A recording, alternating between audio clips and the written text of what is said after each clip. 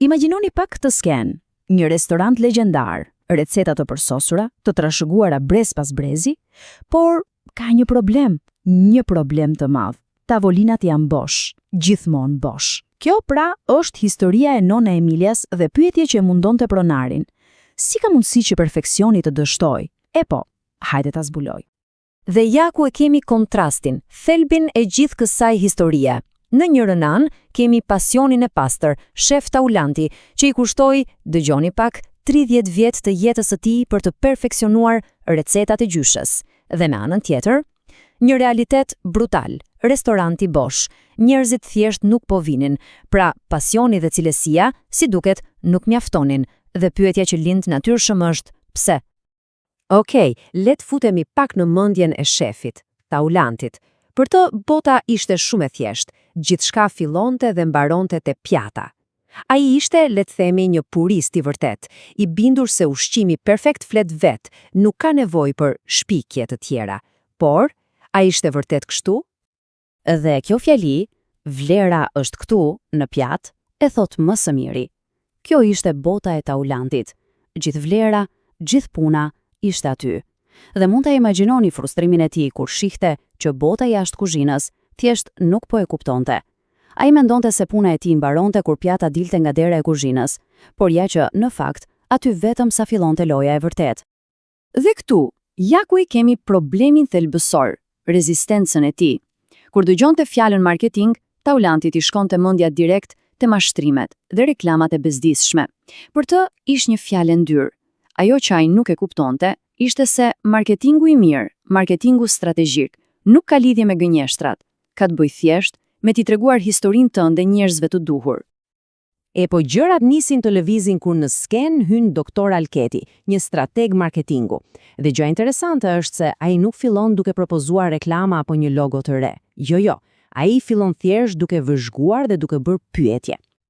Dhe këto janë 3 pyetjet e arta që ai shtroi. Vi një re se si fokusi ndryshon me njëherë, nuk po flasim më për pjatën në izolim. Tani, po flasim për lidhjen mes produktit, klientit dhe gjithë konkurencës aty jashtë. Pikërisht kjo, është pika e kthesës. Dhe shikoni pak të tabel, këtu shohim diagnozën gjeniale të Alketit. Çfarë bëri ai? Ai nuk i ndau klientët sipas moshës, apo sa para kishin. Jo, ai i ndau sipas asaj që ata vlerësonin vërtet. Kjo në marketing quhet segmentim psikografik. Pra, në një anë kishim tradicionalistët gurme, që donin thjesht autenticitet dhe qetësi. Pastaj, çiftet urbane shoqërore, që kërkonin atmosferë, eksperiencë, diçka për Instagram. Dhe së fundmi familjet moderne, që donin çmime të mira dhe një ambient të lirshëm. Tani, është e qartë, të përpiqesh t'i bësh të lumtur të trekta grupe me të njëjtin restorant, është thjesht e pamundur. Kështu që erdhi momenti për një vendim strategjik. Mjaft u përpoqën të ishin gjithçka për të gjithë. Zgjodhen një betejë për ta fituar. Dhe cili ishte targeti i ri? Çiftet urbane shoqërore. Pra, profesionistët e rinj që nuk kërkonin thjesht ushqim të mirë, por një përvojë të plotë, një mbrëmje për të kujtuar. Dhe këtu kemi strategjinë e re të pozicionimit. Pika e barazis ishte ajo që nuk do prekej kurrë, shija fantastike e recetave të gjyshes. Kjo ishte për të mbajtur klientët besnik, por pika e diferencimit ishte ajo që do të sillte klientët e rinj, një atmosferë krejtësisht e re, moderne e gjallë. Një kompromis, por një kompromis shumë i zgjuar. Mirë, diagnoza u bë, strategjia u vendos. Po si bindet një shef si Taulanti për një ndryshim më kaq të madh? Alketi nuk përdori fjalë magjike, por diçka shumë më të fuqishme, një kornizë logjike. Dhe ja ku është. Alketi ja paraqiti planin si një strategji të zhvillimit të tregut, një koncept i njohur dhe i provuar biznesi. Kjo i dha Taulantit një strukturë. Nuk ishte më një mashtrim marketingu i frikshëm, por një lëvizje biznesi e mirë menduar. Çfarë po bënin? Po mirnin produktin e tyre të mrekullueshëm dhe thjesht po gjenin një audiencë të re për ta dashuruar atë. Sigurisht, një strategji e bukur në letër nuk vlen asgjë pa një ekzekutim të shkëlqyer. Pra, si u përkthye ky plan në veprime konkrete? Përgjigjja qëndron te 4 P klasike të marketingut. Le t'i shohim një nga një. Okej, leti zbërthejmë shprejt. Tek produkti, shtuan pjata të vogla për t'u ndarë, perfekte për çiftet.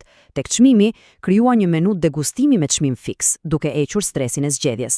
Vendi, ky ishte transformimi i madh. Hoqën bunesat e bardha formale, zbutën dritat, shtuan një bar koktejlesh. Dhe promovimi, në vend të reklamave të shtrenjta, ftuan blogere ushqimi që të tregonin historinë e vërtet, autentike të rilindjes së restorantit. Çdo lëvizje ishte e menduar për targetin e ri. Dhe kështu, erdhi momenti i së vërtetës, nata e rihapjes. A do të funksiononte gjithë kjo? Tani do shohim rezultatin, duke u fokusuar jo vetëm te parat, por te ajo që ka më shumë rëndësi, përvoja e klientit. Ajo që bën këtu ishte tepër e zgjuar. Aplikuan diçka që quhet rregulli kulm fund.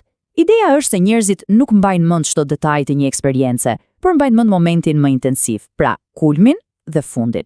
Kështu, ata u siguruan që përshëndetja në fillim të ishte ngrohtë, ushqimi, pra kulmi, të ishte absolutisht i jashtëzakonshëm dhe lam të mira fundi të ishte speciale me një dhuratë të vogël. Kjo krijon një kujtim pozitiv që mbetet gjatë.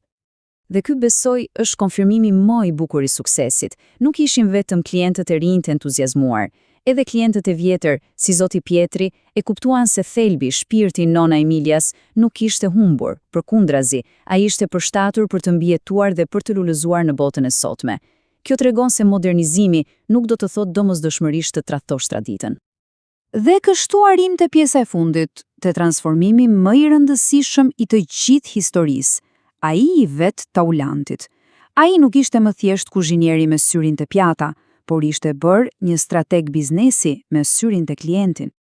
Këtu Taulanti kuptoi diçka të madhe. Klientët nuk sillin vetëm para, ata sillin dy lloje të tjera vlere. Së pari, vlerën e komunikimit. Çdo postim i tyre në Instagram ishte një reklam më e mirë se çdo reklam që ai mund të paguante.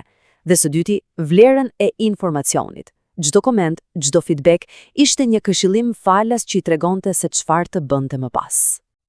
Dhe ja ku mbërrim në fund, me vetë Taulantin që bën pyetje strategjike. Dëgjojeni pak. Po sikur të bënin një brunch italian për familjet, a do ishte kjo zhvillim produkti apo diversifikim? Kjo tregon gjithçka. Transformimi i tij është i plot. Ai nuk po mendon më vetëm për receta, por për tregun, për klientin, për të ardhmen. Në fund të ditës, historia e nona Emilias na mëson diçka thelbësore. Mund të kesh produktin më të mirë në botë, por pa një urë që e lidh atë me njerëzit e duhur, ai mbetet i izoluar. Dhe kjo lë një pyetje të hapur për çdo që ka një pasion, një produkt, një ide. Cila është ura që duhet ndërtuar?